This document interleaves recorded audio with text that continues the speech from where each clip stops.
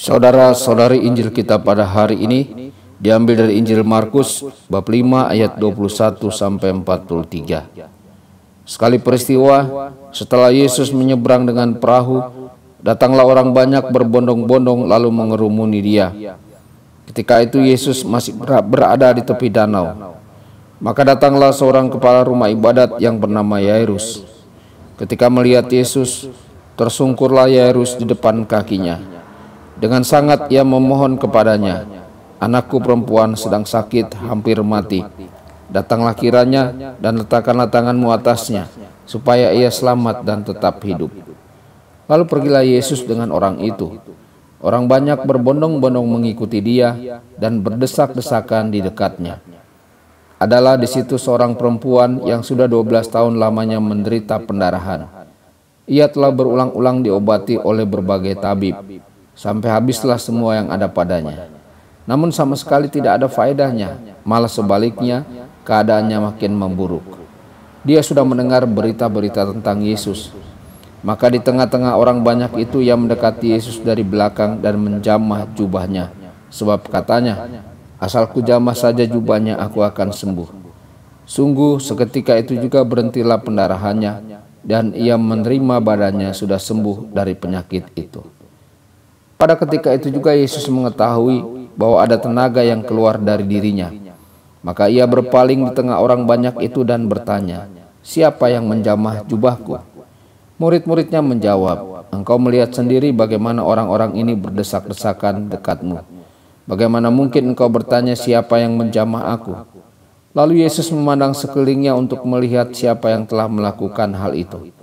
Maka perempuan tadi menjadi takut dan gemetar sejak ia mengetahui apa yang telah terjadi atas dirinya. Maka ia tampil dan tersungkur di depan Yesus. Dengan tulus ia memberitahukan segala sesuatu kepada Yesus. Maka kata Yesus kepada perempuan itu, "Hai anakku, imanmu telah menyelamatkan engkau. Pergilah dengan selamat dan sembuhlah dari penyakitmu."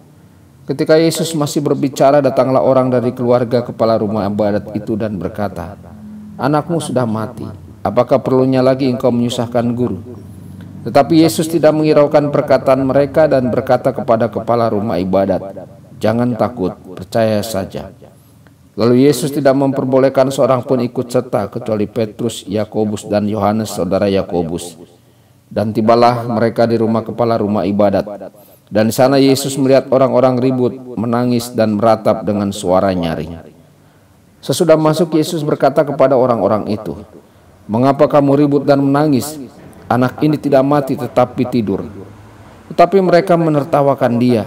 Maka Yesus menyuruh semua orang itu keluar. Lalu ia membawa ayah dan ibu anak itu dan mereka yang bersama-sama dengan Yesus masuk ke dalam kamar anak itu. Lalu dipegangnya tangan anak itu, katanya, "Talita kum," yang berarti, "Hai anak, aku berkata kepadamu, bangunlah." Seketika itu juga anak itu bangkit berdiri dan berjalan, sebab umurnya sudah 12 tahun. Semua orang yang hadir sangat takjub. Dengan sangat Yesus berpesan kepada mereka supaya jangan seorang pun mengetahui hal itu. Lalu ia menyuruh mereka memberi anak itu makan. Demikianlah sabda Tuhan. Terpujilah Kristus.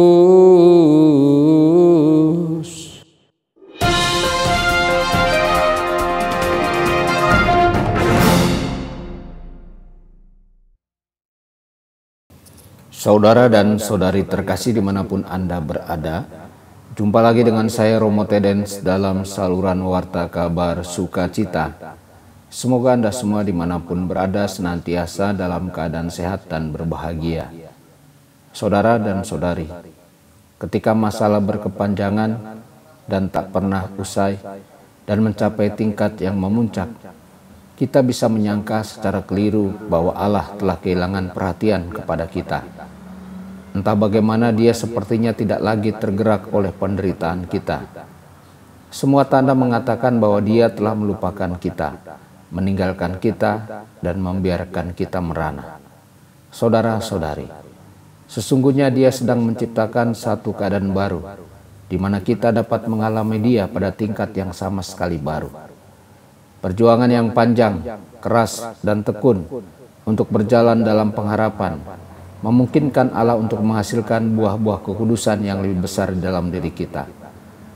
Dalam diri perempuan yang mengalami pendarahan dan Yairus, ayah dari anak perempuan yang sedang sekarat itu, kita harus merenungkan iman yang dewasa dan bersemangat, mengamati bagaimana iman tersebut mengalahkan pesimisme dan melampaui perhitungan yang dingin serta nada yang dangkal dari teman-teman sebayanya. Sungguh ini adalah mujizat pertama yang kita lihat bahwa Yesus telah bekerja bagi mereka. Dan mereka mengejeknya, lalu ia mengusir mereka semua. Saudara-saudari, suara-suara suram dari teman-temannya mendatangi sang ayah. Meskipun mereka telah melihat mujizat wanita yang mengalami pendarahan, mereka dengan dingin berkata, "Putrimu sudah mati. Bersikaplah realistis saja. Tidak ada gunanya untuk melanjutkannya." Benar, atas nama realisme, kita dapat mengabaikan pengharapan dan kerjasama dengan tindakan Kristus dalam hidup kita.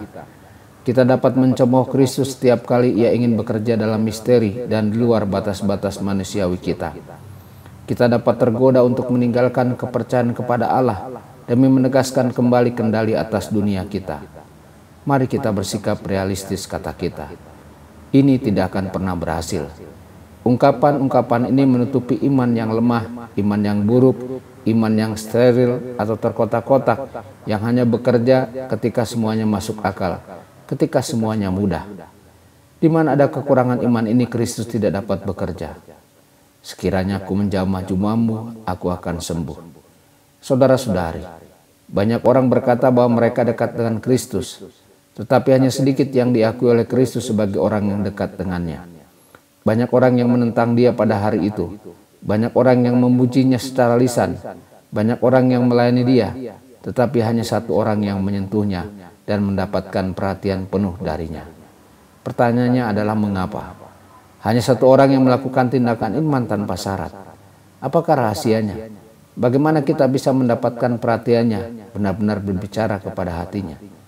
Tidak ada yang lebih dekat daripada mereka yang percaya kepadanya, yang dengan rendah hati bergantung kepadanya, dan yang ingin hidup darinya.